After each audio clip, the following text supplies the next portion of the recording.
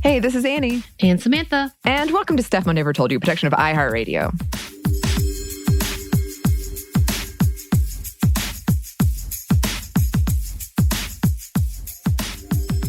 So for today's Monday Mini, we're going to kind of take a breather for ourselves because we've had a lot of things going on and continuing to go on. But as we've mentioned, Samantha has just moved, is in the middle of moving. And I thought it'd be cool if you could just sort of give us an update on how that has been, what the process has been like, how are you doing, the whole thing. The whole thing. The whole thing is a lot. So It's been about a month-long process. To be honest, the beginning to end of looking for a house to closing was pretty short. Very short, to the point that my loan officer was like, yeah, that's the quickest I've seen a turnaround. So I'm bidding for a house and then getting the house. And the housing market is really gross and ugly. Atlanta is really gross and ugly. And I have a feeling it's a lot like that everywhere in the United States. Not sure outside of the United States. Those who are outside the United States, let us know. Because there's a lot of odd happenings in the housing market. A lot of ugly play, behind the scenes play by a lot of different capitalist venturists / money mongers. I don't even know how to say it. It's pretty gross. But yes, so I have bought my first house. This is my first adulthood venture that you and I used to talk so much about. And it's been long and tiring. I am very tired. We did get to move everything in. I'm officially moved in. I'm only in one place, no longer in 2 or 3 places, but it's chaos. And I'm not sure about you or any of you listeners, but when the state of my place is chaos, not just messy, but like chaos, where you can't find anything, everything's out of order, nothing's in its room, it starts affecting you. So I have these moments that I get giddy because I'm like, oh, look at my house. It's super fun. I'm outside in my own backyard and I'm in the front in my own, all these good things, reminding my dog how lucky she is and that we did this all for her, all those good moments. But yeah, overall, it's kind of wearing, but very, very excited. And I know that I am very privileged to be at this point. I know it has taken a lot to get to this point for me. So it's very interesting. I couldn't have done this earlier. I don't think I could have taken the mental and emotional drain as well as physical toll at any younger age, to be honest. So I am completely shocked by those who I have known. Like, they bought a house right outside of college, and I'm like, wow, how did you do this? I don't feel like I could have functioned as an adult on my own, but that's just me. And I've had my partner as a part of this. So we made the big significant move of moving in together, which is a whole other conversation you and I have had, Anney, where I'm like, this should be a bigger deal, but it's not. Everything at this point in time in my age is just about convenience. And it just made sense. And that was kind of the big decision push. Like, there was nothing else outside of, all right, yeah, of course, why wouldn't we? So, and my parents, they assumed that we would be moving in together, but as religious as they were really good, being good about it and haven't said anything. But they're also the same ones that will go and tell my other siblings how disappointed they are or something. I'm sure it's fine.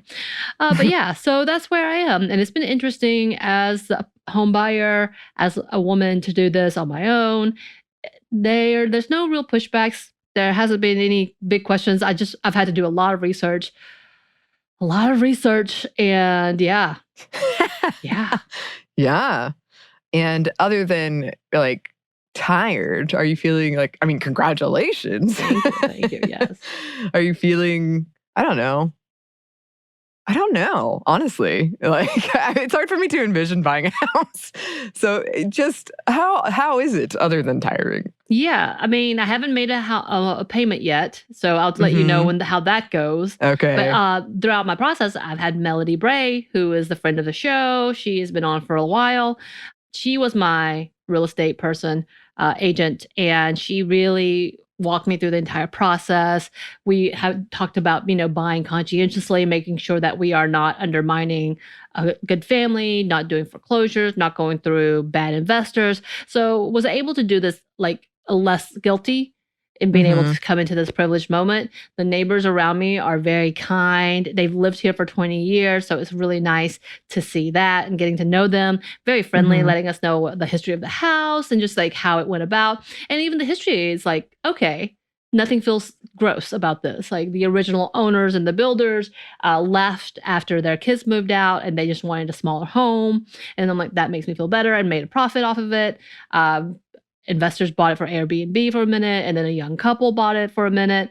And then they moved because of the job. So everything just fell into place, and I felt less guilty in knowing that I didn't disrupt something and or was the cause of someone's, burden. So that was nice to know. But yeah, it's interesting. I don't know if it's fully hit me yet, other than trying to decide things like, should we paint the house? Should we do this to the thing? Should we do something for the backyard? Which, by the way, we have a lot of overgrown growth in the back. I really want to get goats to eat it, but that's the whole process too. I love that you went straight to goats. So it wasn't straight. I was like, what do I do? A friend of mine mentioned it because I talked about it before. I was like, oh my God, yes, we could rent goats. I really want to rent goats. What do you think Peaches would do around a goat? She would lose it. She'll be inside barking at the goats the entire time. I'm pretty sure. But yeah, so it's a whole venture, like making my own decisions, trying to figure this out, understanding what I do and don't like. And I still don't know because I'm not good at decorating. I have no vision for that. I honestly don't care. I just don't want it to look ugly. Okay. I love that. I can't wait to see it, and I'm going to slowly sneak in Star Wars items around your house. You have a room here, so you can decorate it. Oh, my mind. The options. I'm already like over flooding with ideas. It's going to be disco themed for Disco Luke Disco Luke? room. Oh my gosh. I have an update about the Disco Luke costume. I'm going to have to send you some pictures, but it's coming along nicely. I love it.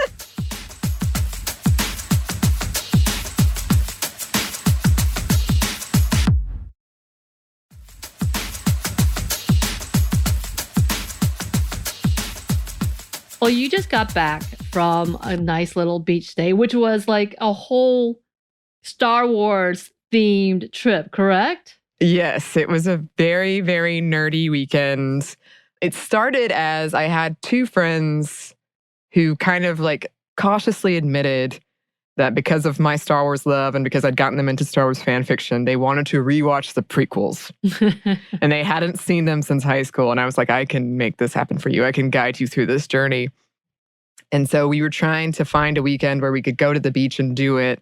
And then I wanted to do it to coincide with the 45th anniversary of A New Hope and the premiere of Obi-Wan Kenobi. And it worked out. And there were 4 of us there. And there were lightsabers and droids and temporary Star Wars tattoos and Disco Luke cosplay. And we made quite the impression on the neighbors in that area, I will tell you. Everyone loves Star Wars. They all were like, oh my God, this is so cool. Thank you. Cool is the correct word for what is happening here. Well, I feel like the prequels are coming into a redeeming level, especially right now. The love for Obi-Wan, the love for Ewan McGregor and Hayden Christensen. I feel like things have kind of turned around for that. Yeah, which is interesting because I have a similar idea that will happen to the sequels. And some people really love the sequels. The sequels experience a lot of hate, but not the same level as the prequels did, at least as an overall thing. Right. The prequels were like, we hate these. It was interesting to watch that because I've seen them recently. I've seen them with you. They hadn't seen them since high school, and it was interesting to see their reactions. And I will say, I was surprised by a few of them. For one, they liked Attack of the Clones better than I thought they would. They seem to remember it as way worse, which is maybe worked in its favor. So they liked Attack of the Clones more than I thought they would. They were very, almost brought to tears by some scenes because they were like, this is so sad. I'm like, yes, it is. And they loved Padme, which I was very happy with. I'm like, yep, she's awesome. She got screwed over, Padme? But she's awesome. Yes, she did. The perfect crop top, as we've talked about many times. Oh my God. I didn't even have to say anything. I was trying to be quiet because I have so many thoughts and opinions and stuff. And I was like, are they going to sit? And immediately they're like, what is this? Why does she have a perfect crop top? I'm like, exactly. There it is. Thank you for acknowledging this faux pas. Yes. So there's a conversation about whether or not they're going to try to do a Jar Jar Binks show. Have you heard this? Oh, I have not. It may be just like a put out there in Twitter world in order to like stir up some drama, but like enough that he got some hate and had to come back and be like, "Hey, I know you're still passionate, and I know this character still bothers you, but remember, I'm human. I actually exist. So stop this." But then, like, coming under that, a lot of people were defending him and talking about how much they loved his character and would be so excited to see his a show about him, and/or if he came on to Obi-Wan or something like that. It was a whole big thing. I would not be surprised. I found that funny. There was I really nerded out, everybody, and I bought these Star Wars magazines. I had 4 Star Wars magazines, and one of them, I think it was Time, the story of Star Wars. At the end, it had like 20 upcoming shows that are on their way to your screen.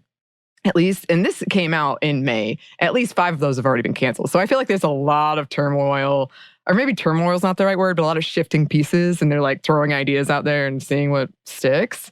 I've got a lot of fears about the one that's going to be directed by the Spider-Man people. I'm hoping it'll be good, but I've got my theory, and it's not a good one.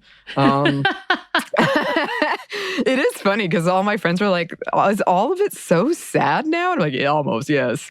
It's very, very tragic." And then it was interesting to see them kind of work through. I'm watching it as an adult, where you're like, "Oh yeah, this was a lot of like grooming and trauma, and Anakin got real screwed over, and it was fun." Even though I did have to hold back a lot because I didn't want to ruin their experience. I had a lot to say. I had a lot to say. I hear you. Yeah. I know you were always holding back. It's true. It's hard, but I think they had a good time, and I appreciate it. And they definitely they enjoyed. We watched the first 2 episodes of Obi-Wan Kenobi together, and they really liked that. So yeah, success, I'll say. A success. It was good. I'm sure it was amazing, and they had the best time, and I'm sure they enjoyed every bit of detail you put into it. They certainly brought me a bunch of gifts. I almost sent you a slew of pictures because I was like, this is what happens when you're such a big fan of something. But they brought me a welcome mat, a plush, some makeup, Star Wars themed makeup, some Star Wars popsicle thingies, a Star Wars placemats, like welcome mat and placemats. That's amazing. I know. I was like, well, I love all of this, but I'm definitely like, anyone who comes in to my apartment doesn't know who I am is going to be freaked out at this point. They're going to know who you are at that point. Like, that is, yes, this makes sense. This is Anney. Welcome to her world. Like right away with the welcome mat that is too big for our hallway. So I feel kind of bad. Oh, no. How? What? It's just like it takes up over half. Okay. So I feel bad. The other person doesn't have a welcome mat. Oh, you could just share it. Be like, partially on their side, partially on your side. What an honor. Yeah, there we go. I have no idea if they would be into that or not. Also, I just want to say I did get a lot of questions and concerns about canon, and I appreciated it. I was like, yeah, who knows?